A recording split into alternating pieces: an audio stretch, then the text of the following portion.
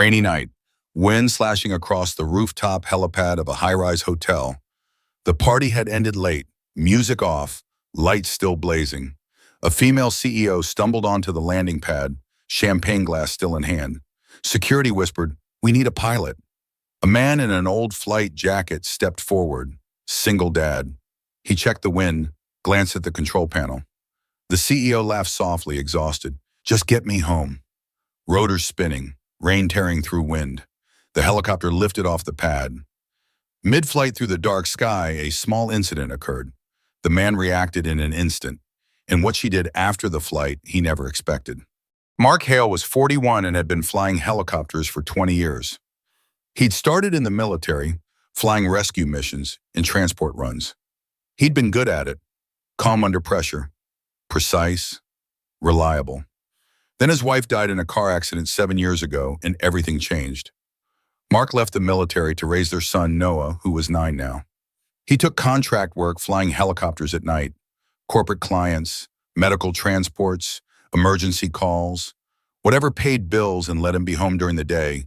His life was simple, disciplined, quiet.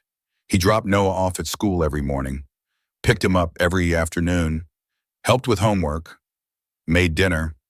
Then he'd drive to whatever helipad needed him. Tonight's call came at 11 p.m. Emergency pickup, high-rise hotel downtown, VIP client, immediate transport to private residence. Mark checked the weather radar. Heavy rain, gusting winds. Not ideal, but manageable. He arrived at the hotel rooftop 20 minutes later. Rain hammering down in sheets. Security was waiting. So was she. Victoria Cross. Mark recognized her immediately. CEO of Cross Energy, one of the largest energy conglomerates in the country. Known for being ruthless, brilliant, uncompromising. She was also clearly drunk. She swayed as she walked toward the helicopter, designer heels clicking unevenly, hair disheveled, makeup smudged, still holding a champagne glass. A security guard looked worried. She insisted on leaving tonight. We couldn't convince her to wait. Mark approached carefully. "Ms. Cross, I'm Mark Hale.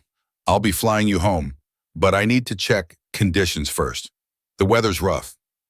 Victoria waved him off. "I don't care about weather. Just fly." "Ma'am, I need to make sure it's safe." She looked at him, eyes unfocused. "Are you telling me you can't do your job?" Mark kept his voice steady. "I'm telling you I need to do it right." He walked around the helicopter, checking rotors, fuel, instruments. Everything looked good. Wind was strong, but within safe parameters. Barely. He came back. "We're cleared, but you need to buckle in and stay seated." She laughed bitterly. "Fine, let's get this over with." Mark helped her into the passenger seat. She didn't thank him, just collapsed and closed her eyes. He climbed into the pilot's seat, put on his headset, started pre-flight checks, fuel, instruments, communications, rotors. Victoria opened one eye. "Do you do this every night? Fly rich people around like a taxi?" Mark didn't answer. He was focused on the panel. "I asked you a question." "Yes, ma'am. It's part of my contract work." She snorted. "How noble." Mark started the engine. The rotors began spinning. Rain pounded the windscreen. He lifted off smoothly, rising into the night sky. City lights spread below, blurred by rain and clouds. For the first few minutes, Victoria was quiet. Mark kept his eyes on instruments and horizon. Wind was pushing them around more than he liked, but manageable. Then Victoria spoke. Words slurred. "You ever wonder what it's like? To have people fly you around? To have everything?" Mark didn't respond. "Of course you don't. You're just the pilot." Mark's jaw tightened, but his voice stayed calm. "Ma'am, I need to focus. Please keep conversation to a minimum." Victoria laughed. So polite, so professional. Mark adjusted altitude, compensating for wind gusts. He was used to difficult passengers, drunk ones, rude ones, people who treated him like he was invisible. It didn't bother him anymore. He just did his job. Then something changed everything. A warning light flickered on the control panel. Just for a second, then off. Mark's training kicked in immediately. He checked gauges, engine temperature normal, Fuel flow normal, hydraulics normal. But he'd seen that light, and he knew what it meant. He reduced power slightly, adjusting their approach angle. Smooth, controlled, practiced. Victoria noticed the change. What's wrong? Nothing's wrong, just adjusting for wind. You're lying. Mark glanced at her. For the first time since takeoff, she looked sober, eyes wide, alert. We're fine, Mark said calmly, but I need you to buckle tighter and hold on. What's happening? Wind sensor issue. I'm compensating. We'll be down in 5 minutes. Victoria gripped the armrests. You're sure? I'm sure. Mark made another adjustment, using techniques from the military. Flying in sandstorms, in fog, in conditions that would ground most civilian pilots. The helicopter shuddered hard as a gust hit them. Victoria gasped, but Mark kept them steady. His hands never shook. His voice never wavered. We're fine, he said again, and slowly Victoria began to believe him. The warning lights stayed off. Engines stayed smooth. City lights grew closer. Mark brought them in for a perfect landing on Victoria's Riverside Estate helipad. Rain had lightened to drizzle. He shut down the engine. Rotors slowed. Silence filled the cabin. Victoria sat there, breathing hard, staring at him. You just saved my life, she said quietly. Mark shook his head. I just did my job. But Victoria knew the truth. She'd felt how close they'd come. She'd seen his hands on controls, steady and sure. She'd heard his voice, calm in the storm. And for the first time in a very long time, she felt humbled. Victoria didn't move. She just sat there, staring at Mark as he went through his post-flight checklist. His hands moved efficiently, shutting down systems, logging flight time, professional, methodical, like nothing had happened. But something had happened. Victoria had felt it when the helicopter shuddered. She'd seen Mark's face change. Not panicked, not scared, just focused. Completely focused. She'd been flying for years. Private jets, corporate aircraft. She'd never once thought about the people flying them. They were just part of the machinery. But tonight was different.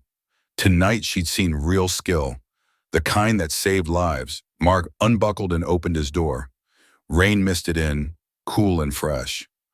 We're here, Ms. Cross. Victoria looked out.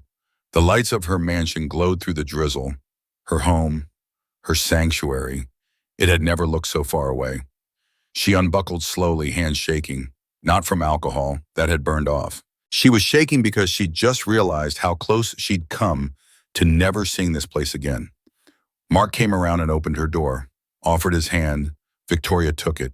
His grip was steady, strong, calloused. She stepped onto the helipad, heels clicking on wet surface. Rain had almost stopped, so just light mist. Mark grabbed her purse and coat from the cabin. Handed them to her without a word. Victoria cleared her throat. Thank you. He nodded. Have a good night, ma'am.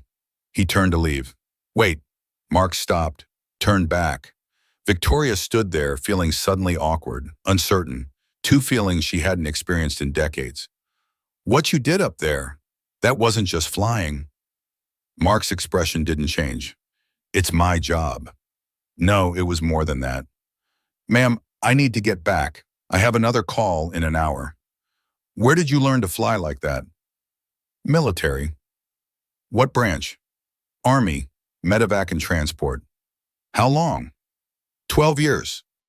Why did you leave? Mark hesitated. Personal reasons. Victoria recognized that tone, the wall going up, the conversation shutting down. She'd used it herself 1,000 times, but tonight it bothered her. I was rude to you, she said abruptly. In the helicopter, I said things I shouldn't have. Mark's face remained neutral. You were under stress. It's fine. It's not fine, Victoria's voice was firmer. I treated you like you were beneath me, like you were just a service, and you saved my life anyway. That's what pilots do. Not all of them. Victoria looked down. I've flown with many pilots. None would have caught that problem as fast. None would have stayed that calm. Mark didn't respond. I'm sorry. Genuinely sorry. Something flickered in Mark's eyes. Surprise, maybe. Apology accepted, he said quietly. They stood in the mist, two people from different worlds, connected by a single flight through a storm. Mark's phone buzzed. He glanced at it. I need to go. Of course. But as he walked back, Victoria called out, Mark! He turned. Can I ask you something? Be honest. Mark waited. Have we met before? Before tonight? Mark's jaw tightened. Not directly. What does that mean? Mark hesitated. Your company, Cross Energy, 5 years ago you launched a civilian aviation division. You were hiring pilots. Victoria's stomach dropped. You applied. Yes. And I was shortlisted, made final interviews. Mark's voice was even. No emotion. But I had to withdraw. Why? My wife had just died. I had a young son. I asked for flexible schedule, part-time hours. The recruiter said that wouldn't work. That Kata's Cross Energy needed pilots available was 24/7. Victoria felt slapped. She remembered that hiring push. She'd personally approved the requirements. Full availability, no exceptions, premium service. She'd been so focused on perfection that she'd never considered the cost. I needed the job, Mark continued quietly, but I needed to be there for my son more, so I took contract work, irregular hours, lower pay, but I could be home when no one needed me. Victoria's throat was tight. I'm sorry, I never thought. You didn't need to think about it, Mark said, not unkindly, just fact. You were building a business. I was one applicant out of hundreds. But you were qualified, more than qualified. Qualifications don't matter if you can't meet requirements. Mark checked his watch. I really need to go. Victoria watched him climb back into the helicopter, watched him put on his headset, watched the rotors spin. She stood there as the helicopter lifted off, rising into the night sky, disappearing into clouds. And for the second time that night, Victoria felt humbled. But this time was worse, because now she understood exactly what she'd done. She'd built an empire, created briefs, moved markets. But along the way, she'd dismissed people like Mark, good people, capable people who'd made sacrifices she couldn't imagine. She'd called them inflexible, not a good fit, lacking commitment. She'd never once asked why. Victoria walked slowly toward her mansion, heels clicking on stone. The lights inside were warm and welcoming, but tonight they felt cold. She thought about Mark, flying through the night to another call, then going home to his son, living a quiet life, making it work. She thought about his hands on the controls, steady, sure, saving her life without hesitation. And she made a decision. Tomorrow she was going to do something she rarely did. She was going to admit she'd been wrong. And then she was going to fix it. Victoria didn't sleep that night. She lay in bed, staring at the ceiling, replaying the flight over and over. The warning light, the shudder. Mark's hands moving with absolute certainty. The moment when she realized her money, her power meant nothing at 3,500 feet in a storm. Only skill mattered, only the calm competence of a man she'd dismissed 5 years ago as not a good fit. At 6 a.m., she got up, made coffee, opened her laptop. She searched the HR database for Mark Hale's application from 5 years ago. It was still there, archived. She read it carefully. Military record, flight hours, certifications, references. Every reference was glowing. Best pilot I've ever worked with. Absolutely unflappable. Saved 3 lives during emergency extraction. At the bottom was a recruiter's note. Candidate exceptional, however requesting part-time hours due to childcare. Per policy, position requires full availability.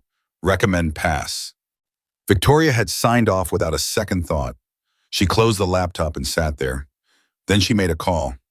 This is Victoria Cross. Set up a meeting, today, private. Just me and Mark Hale, the pilot from last night. Her assistant sounded confused. Ma'am, he's a contractor. I don't care, find him. Tell him it's important. Yes, ma'am. 4 hours later, Victoria sat in a private room at a quiet coffee shop. Neutral territory, no corporate intimidation. Mark arrived on time. Jeans, worn leather jacket. He looked tired. He sat down. Ms. Cross, your assistant said this was urgent. Victoria had rehearsed this, but now all her words disappeared. I looked up your application from 5 years ago. Mark's expression didn't change. Okay, you were perfect for the trial. Overqualified, actually. But I couldn't meet requirements. The requirements were wrong. Victoria's voice was firm. I was wrong. Mark leaned back. I appreciate that, but it was 5 years ago. I've moved on. Have you? Mark's jaw tightened. I have a good life. I'm home for my son. I take jobs I want. I'm doing fine. But you're not flying the way you should be. You're taking contract gigs when you should be leading operations. Maybe that's my choice. Is it? Or is it because people like me made you choose between being a good father and being a good pilot? Mark was silent. Victoria leaned forward. I want to offer you something. Director of Aviation Safety for Cross Energy. You'd oversee all flight operations, set standards, train pilots, and set scheduling policies. Mark stared. Why?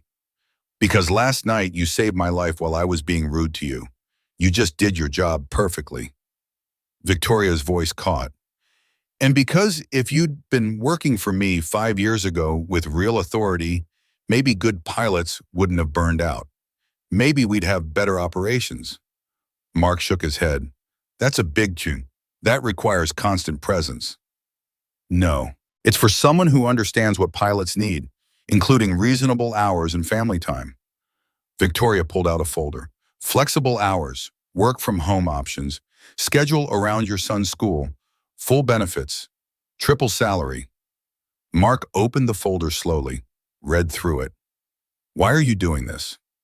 Because I need to fix what I broke, and because you deserve it. Mark looked up from the papers. There's something you should know about that night, the warning light. Victoria's stomach tightened. What about it? It wasn't a wind sensor. What? The warning light. It was a hydraulic pressure fluctuation. Minor, but could have escalated if I hadn't caught it. Victoria felt cold. How serious? If it progressed, we would have lost control authority. Maybe not completely, but enough that landing would have been extremely difficult, possibly catastrophic. But you fixed it. I compensated, reduced stress on the hydraulic system by adjusting power and approach. It held long enough to get us down. Victoria's hands shook. So it was worse than I thought. Yes. And you didn't tell me. You were already scared. Telling you would have made it worse. My job was to get you down safely and keep you calm. Mark closed the folder. That's what pilots do. We handle problems so passengers don't have to. Victoria stared. You risked your life to keep me calm. I did my job. Stop saying that, Victoria's voice rose. You're not just doing a job. You're someone who puts others first even when they don't deserve it. Mark was quiet. My wife used to say the same thing. Said I had a hero complex, that I always put myself last. She was right. Maybe, but it cost me. After she died, I had to learn to put Noah first. Not the mission, not the job. Noah. Mark looked at the folder. This offer is generous, really generous. But I need to think about it. Because if I take this, I need to make sure I'm not going back to that person who sacrifices everything for work. Victoria nodded slowly. I understand. Take all the time you need. Mark stood. Thank you for this, for acknowledging what happened 5 years ago. It's the least I could do. Mark turned to leave, then stopped. Can I ask you something? Of course. Why were you so drunk last night? Victoria hadn't expected that. She looked down.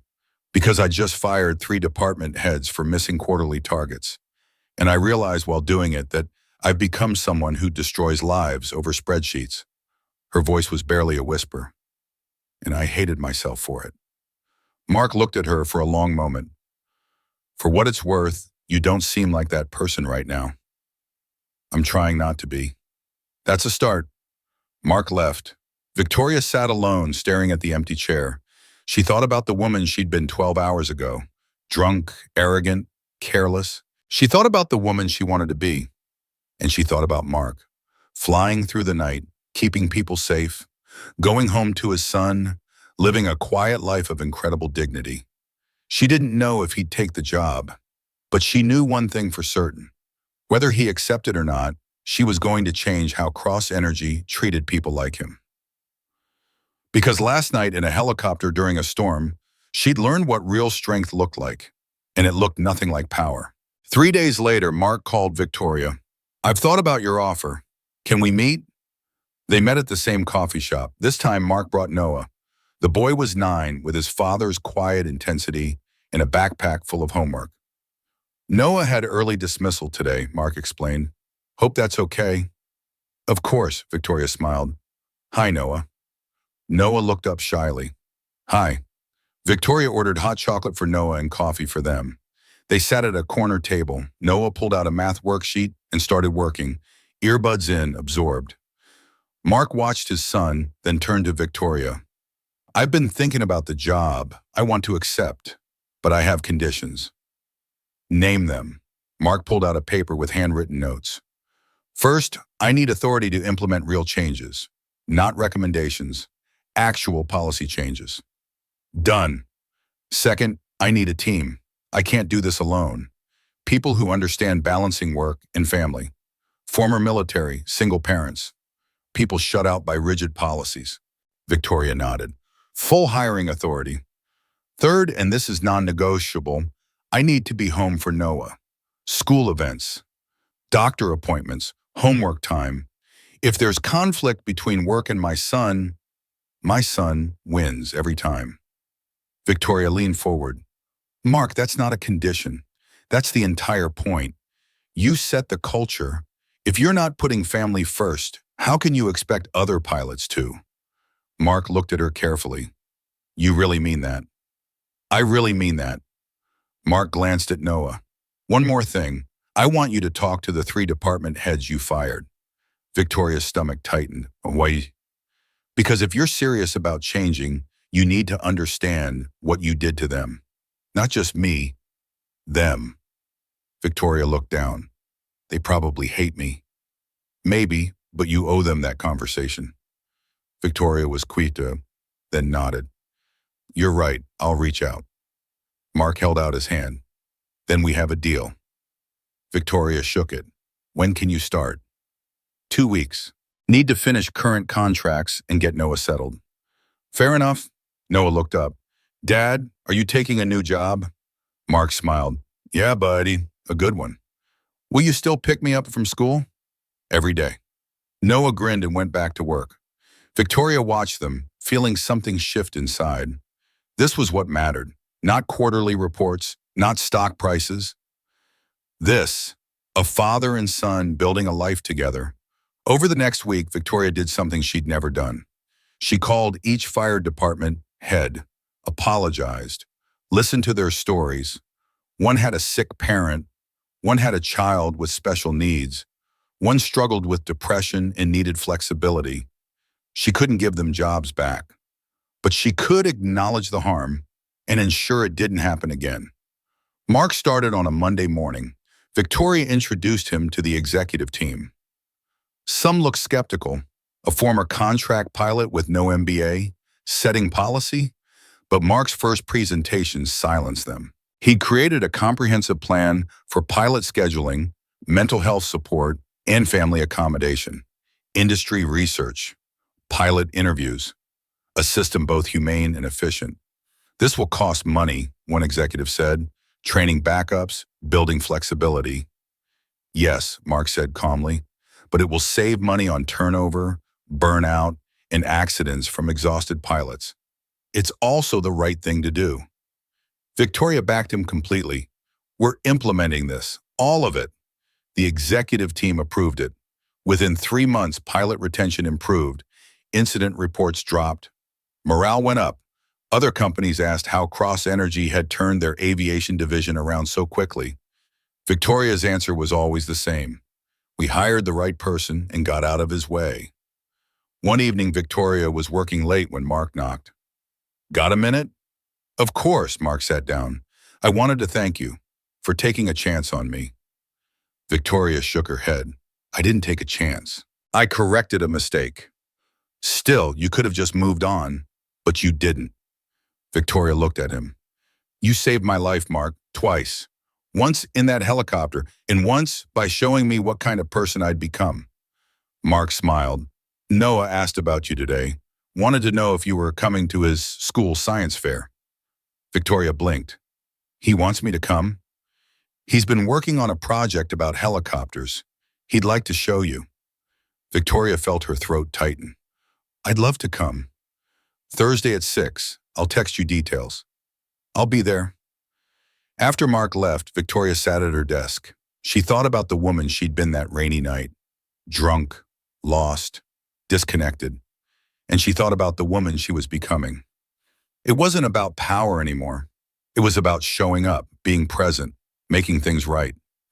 She pulled out her calendar and marked Thursday at 6, Noah's science fair. She wouldn't miss it for the world. Thursday evening arrived.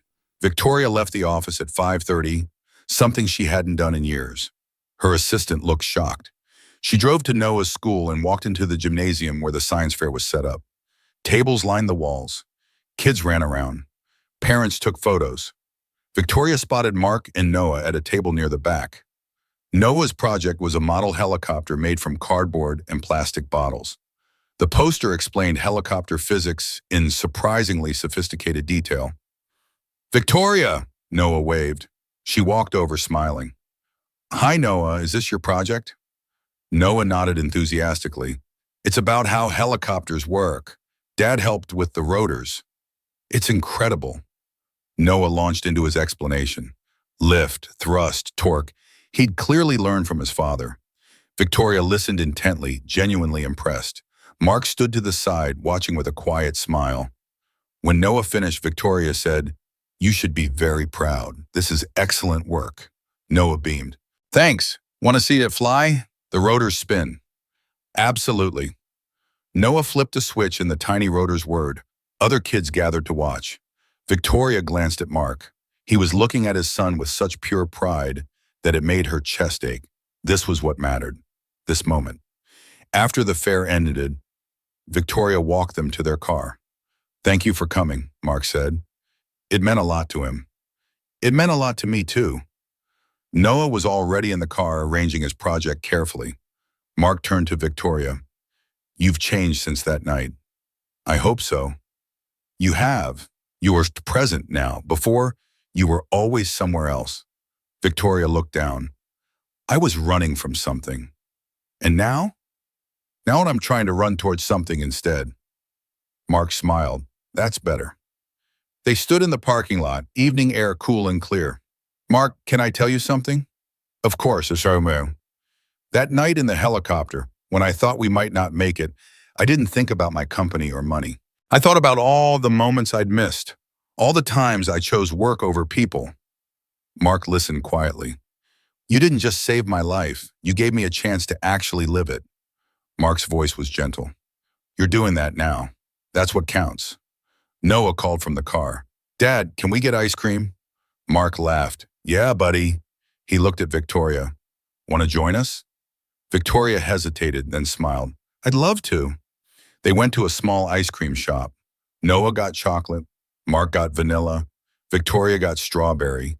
They sat outside at a picnic table, eating ice cream and talking about helicopters and school and nothing important. And for the first time in years, Victoria felt at peace. She wasn't a CEO. She wasn't a billionaire. She was just a person eating ice cream with a friend and his son on a Thursday evening. A week later, Mark sent her a photo. Noah's project at the school display case, first place ribbon. The text said, he wants you to know you're his good luck charm. Victoria saved the photo, put it on her desk. Every time she looked at it, she remembered what mattered. Not power, not success, not control, connection, presence, showing up. A month later, Cross Energy announced a new company-wide policy, flexible scheduling for all employees with caregiving responsibilities. The press release didn't mention Mark's name. He didn't want credit, but Victoria knew, and that was enough. The narrator's voice returned one final time. He flew her home through a storm. She woke up the next morning and realized she'd been asleep for years. And what she did next brought a lot of families back together. Because sometimes the people who save us aren't the ones with power. They're the ones who never stop being human. If this story touched your heart, please subscribe to Daddy Healing Stories. Every week we bring you powerful stories about fathers, family, second chances, and the quiet heroes who change lives. Subscribe to Daddy Healing Stories now so you never miss a story that could heal your soul. Comment below, what moment in this story hit you the hardest? Turn on notifications to be the first to see our next heartwarming story. Thank you for being part of the Daddy Healing Stories family. We'll see you in the next one.